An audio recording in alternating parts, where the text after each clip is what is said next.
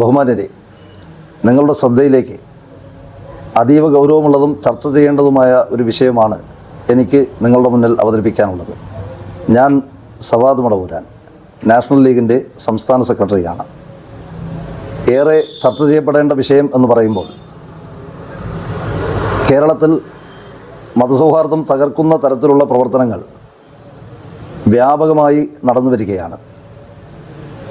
ഹിന്ദുത്വ ശക്തികളും മറ്റ് വർഗീയ ശക്തികളുമെല്ലാം അവർക്ക് തോന്നുന്ന തരത്തിൽ ഒരു സമുദായത്തെ അകറ്റി നിർത്തിക്കൊണ്ട്, ഒരു ഭാഗത്ത് ഒരു സമുദായത്തെ മാറ്റി നിർത്തിക്കൊണ്ട് വ്യാപകമായ കള്ളപ്രചരണങ്ങളാണ് അടിച്ചുവിട്ടുകൊണ്ടിരിക്കുന്നത്. ഇത് പറയുമ്പോൾ അത്തരം പ്രചരണങ്ങൾക്ക് ആക്കം കൂട്ടുന്ന തരത്തിൽ പ്രമുഖരായ രാഷ്ട്രീയ നേതാക്കളും ദൗർഭാഗ്യവശാൽ ചില സമയങ്ങളിൽ അഭിപ്രായം രേഖപ്പെടുത്തുന്നു എന്നത് ഏറെ ഗൗരവമേറിയ വിഷയമാണ്. എനിക്ക് നിങ്ങളെ ഉണർത്തുവാനുള്ളത്, കേരളം ഒരു പുരോഗമനവാദി എന്ന് കാണുന്ന NK പ്രേമചന്ദ്രൻ MP, അദ്ദേഹത്തെ പോലുള്ള ഒരാളിൽ നിന്നും ഒരിക്കലും വരാൻ പാടില്ലാത്ത പ്രസ്താവനകളും പ്രസംഗങ്ങളുമാണ് ഈ അടുത്തിടെയായി നിരന്തരമായി ഉണ്ടായിക്കൊണ്ടിരിക്കുന്നത്. ഏറ്റവും ഒടുവിൽ ഇപ്പോൾ കേരളം ചർച്ച ചെയ്തുകൊണ്ടിരിക്കുന്ന ശബരിമല വിഷയവുമായി ബന്ധപ്പെട്ടിട്ടാണ്. ശബരിമല വിഷയവുമായി ബന്ധപ്പെട്ടിട്ട് സ്ത്രീ പ്രവേശനവുമായി ബന്ധപ്പെടുത്തി പ്രേമചന്ദ്രൻ്റെ ഒരു പ്രസംഗവും മറ്റൊരു പരാമർശവുമാണ് നമുക്ക് ചർച്ച ചെയ്യാനുള്ളത്. അറിയാതെയാണ് അദ്ദേഹം അത് പറഞ്ഞത് എന്ന് നമുക്ക് മനസ്സിലാകുന്നില്ല.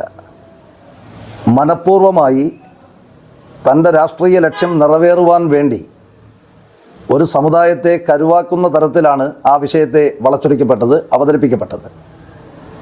ശബരിമലയിൽ സ്ത്രീ പ്രവേശനവുമായി ബന്ധപ്പെട്ട് രാജ്യത്തെ പരമോന്നത കോടതിയായ സുപ്രീം കോടതിയുടെ വിധി നിലവിലുണ്ടായിരുന്ന ഒരു സാഹചര്യത്തിൽ അത് നടപ്പിലാക്കുവാൻ ബാധ്യസ്ഥമായ ഒരു ഗവൺമെൻറ് ആ വിധി നടപ്പിലാക്കപ്പെട്ടു.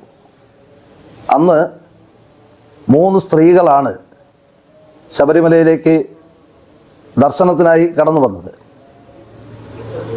പോലീസ് ഫലപ്രദമായി അവിടെ അന്ന് ഇടപെട്ടു എന്നാണ് വ്യക്തിപരമായി എനിക്കും കേരളത്തിൻ്റെ പൊതുസമൂഹത്തിനും ബോധ്യപ്പെട്ടത്.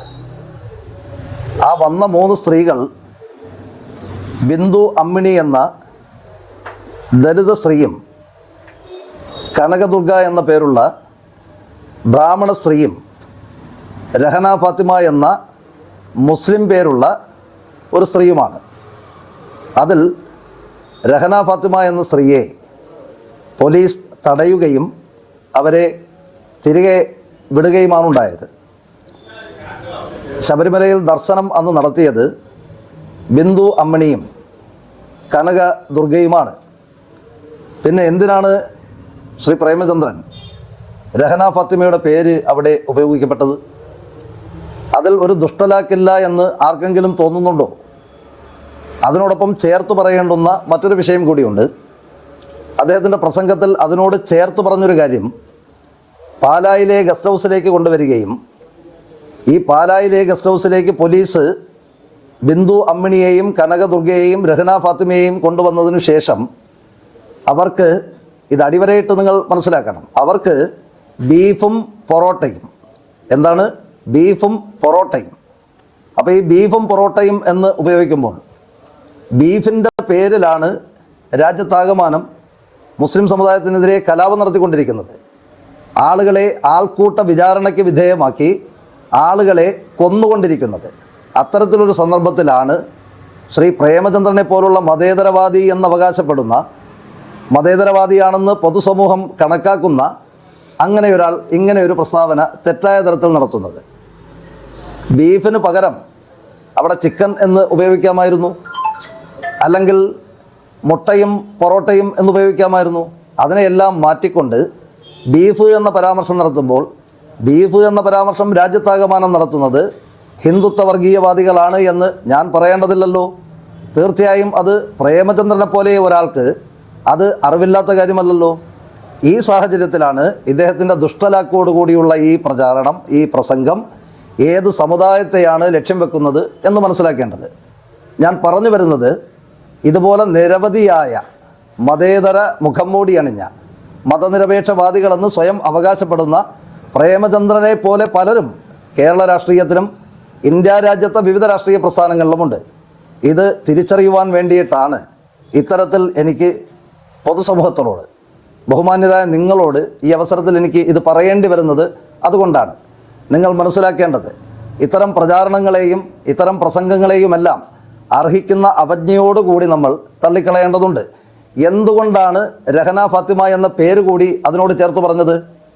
പ്രേമചന്ദ്രൻ പറയുന്നത് ബിന്ദു അമ്മിണിയും രഹന ഫാത്തിമയും വളരെ ബുദ്ധിപരമായി കനകദുർഗ എന്ന ബ്രാഹ്മൺ സ്ത്രീയുടെ പേര് അവിടെ ഉപേക്ഷിക്കപ്പെടുകയും ഒഴിവാക്കപ്പെടുകയും ബിന്ദു അമ്മിണി എന്ന ദലിത് സ്ത്രീയുടെയും രഹന ഫാത്തിമ എന്ന മുസ്ലിം പേരുള്ള സ്ത്രീയുടെയും പേരിനെ ചേർത്ത് വയ്ക്കുകയും ഒപ്പം ബീഫിനെയും പൊറോട്ടയെയും കൂട്ടിക്കൊണ്ടുവരികയും ചെയ്യുമ്പോൾ അതിൽ നിന്ന് അദ്ദേഹം ഉദ്ദേശിക്കുന്നത് എന്താണ് എന്ന് കേരള പൊതുസമൂഹം തിരിച്ചറിയണം. ഇതുപോലുള്ള കപട നാണയങ്ങളെ നമ്മൾ തിരിച്ചറിയുകയും ഭാവിയിൽ ഇവരെ എങ്ങനെയാണോ നാം RSSനെ അകറ്റി നിർത്തുന്നത്, എങ്ങനെയാണോ നാം ഹിന്ദുത്വ വർഗീയവാദികളെ അകറ്റി നിർത്തുന്നത്, അത്തരത്തിൽ അകറ്റി നിർത്തേണ്ടവരെ അകറ്റി നിർത്തുക തന്നെ വേണം. ഇതൊരു നിങ്ങളുടെ മുന്നിൽ, നിങ്ങളുടെ ശ്രദ്ധയിലേക്ക് ഞാൻ ഈ അവസരത്തിൽ നിങ്ങൾക്ക് മുന്നിലേക്ക് ഞാൻ പറയുവാൻ വേണ്ടിയിട്ടാണ് ഇപ്പോൾ വന്നത്. ഇനി അടുത്തൊരു വിഷയവുമായി അടുത്ത ദിവസം നമുക്ക് വീണ്ടും കാണാം.